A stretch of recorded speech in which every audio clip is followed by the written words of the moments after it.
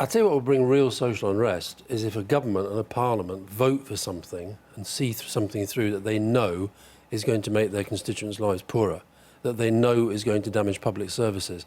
And what's happening at the moment, the government are using any tactic that they can, him there linking to the riots in France, to say, unless Theresa May's deal goes through, cataclysm all round. And it's not true, because there are other things that Parliament can do. And what's been gratifying and good about this week is Parliament is asserting itself, and I think will actually force different solutions to what is becoming a crisis for the country. We're talking a lot about changing minds, about whether it's still possible to change your minds. And Jenni, you were in favour of the Alastair route out, the people's vote, but you're not anymore. Now, what stopped that?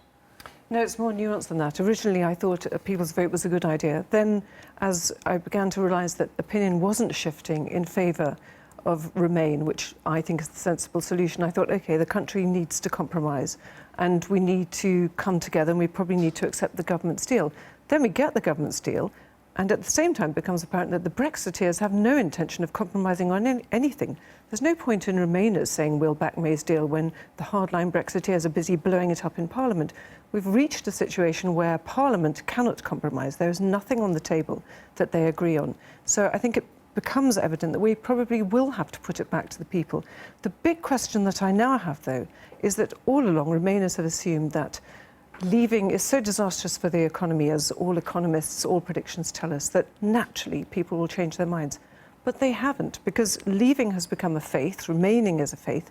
People aren't changing their minds, and there's a very real possibility, if we have no deal on the ballot paper, that people might vote for it. You think his gamble is wrong here? I mean, wrong in terms of whether it will give us a different outcome, Matthew, right? You think this would be... I mean, there's certainly no guarantee that Remain would win a second referendum, and I think if you look at how Leavers and Remainers are navigating this very volatile period, what's interesting is everybody's locked onto this idea that it's ultimately all about economic costs and benefits.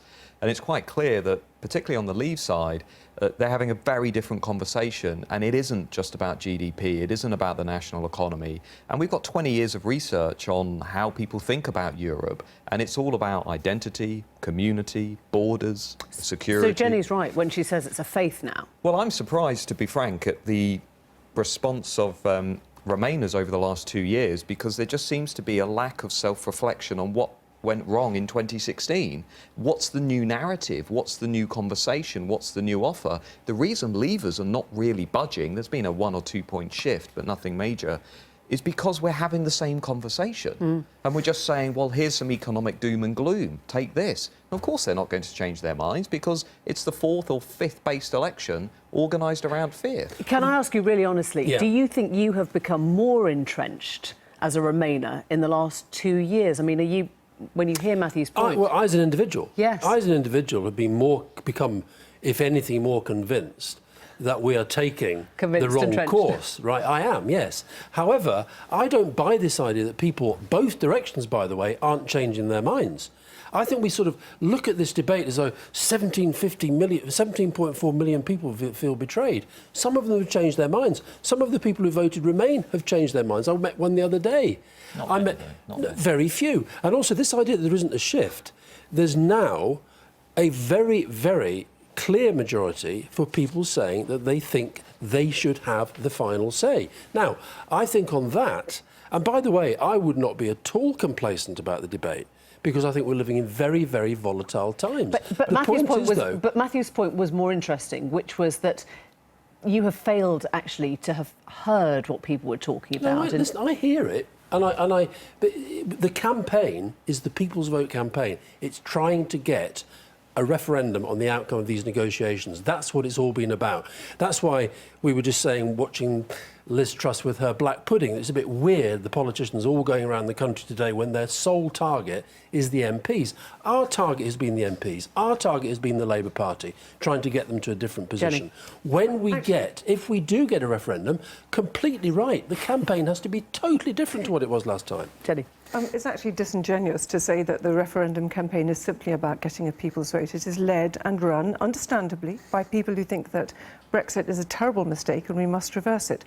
And the point is that absolutely no effort so far has gone into saying to people anything other than You were mistaken. Well, that's your not true. your lives are rubbish, and they're going to be even worse if we leave. And as Matthew says, You're talking in cartoons, Jen. that's totally You're talking in inadequate. cartoons. When I talk to people who say that they voted leave, they, as Matthew says, talk in completely different terms. They talk about sovereignty, about community, Some of about them do. independence. The way you talk about people. Alastair, I like didn't they're all- interrupt you. So Well, I'm just could you I'm shut up? challenging. Okay, shut I'm up. challenging. Well, No, I maybe won't. my I won't finish. because you're talking nonsense. No, No, I- can I say that is exactly No, the kind you of attitude... People. Alastair, People. that is exactly the kind of attitude, I'm that sorry. kind of arrogance, Okay. which is what is going to destroy the Remain campaign. If you simply turn to people who have a slightly different view from your own and have a different experience from No, your I'm own and saying tell you them can't that This is speak exactly for what's everybody. happening now. This- If I can just come in, this is People exactly what's are. happened now But these with are the the arguments Norway going on. option I'm and the talking- people's I'm vote talking option. about the You two could be on the conversation- same side, but you're I'm not. talking about the conversations that I've had with people, so don't tell me that they are nonsense. I'm not saying they're nonsense. I'm saying you talking. Alastair, could you shut up and let me talk? Okay, but look, you keep saying Go. people have Jenny, all changed. just finish your changed point, then I want to bring their Matthew minds. in. Come. It's a simple point.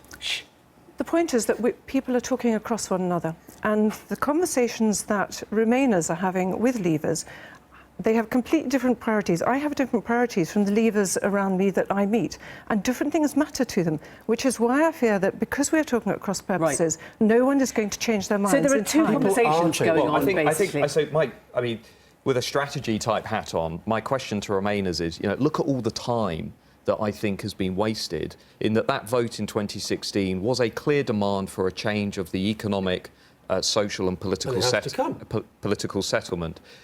What have we actually said to those voters?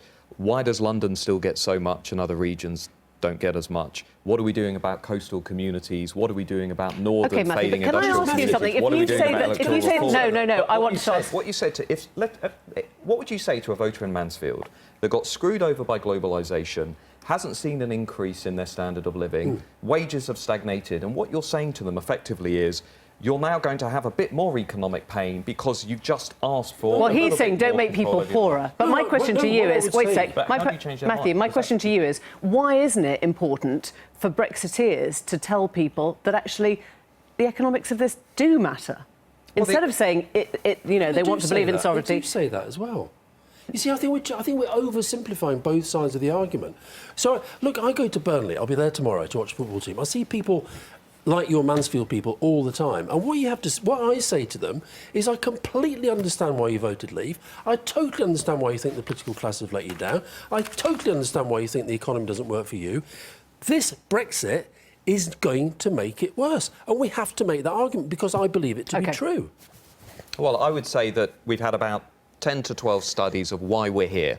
And they all tell a remarkably consistent story, which is that a majority of voters want to see reform of freedom of movement and a restoration of sovereignty. But now, you can't get no that. deal currently on the table delivers a meaningful reply to those two core Correct. drivers. I want to bring us onto the columns next. There's a couple that talk about Brexit in particular. Before we do, a prediction from you, Jenny, next week. Do you think that this vote is going to be pushed back? Are you expecting her still to be in the job this time next week? What would you give us? I think all the early predictions about Theresa May's demise have often been proved to be wrong, and it seems to me that the Tory party isn't united, as it usually isn't, behind any alternative candidate. I think it highly likely that Mrs May next week will say to the country, if she is defeated in Parliament on Tuesday night, she will say, as everyone predicts, she will say, I'm going to take my deal, which is the only thing which I believe delivers Brexit, over your heads to the country. Do you want my deal or do you want to remain? And if she offered the people that choice, she might mop up all the Leave votes on her side. But she'd And there would be disenfranchise Leavers. and there would be a clear choice which was offered to the people. But she'd It seems to me she'd very likely that disenfranchise now that Parliament cannot make up its mind about anything, that it's highly probable that we will end up with a second referendum. And Matthew, can I ask you for numbers? I mean, part of it is in, if she's going to lose this vote, how many she loses by. Do you think between 40, 50 she can still stay and 80 to 100 she has to go, or how would you calculate? Looking at the latest numbers, you've got about 104, 105 MPs saying that they're going to definitely vote this down. I think those kinds of numbers would make it very difficult. I mean, there are two issues. One is whether May herself decides, I've tried, I've had enough, I'm going.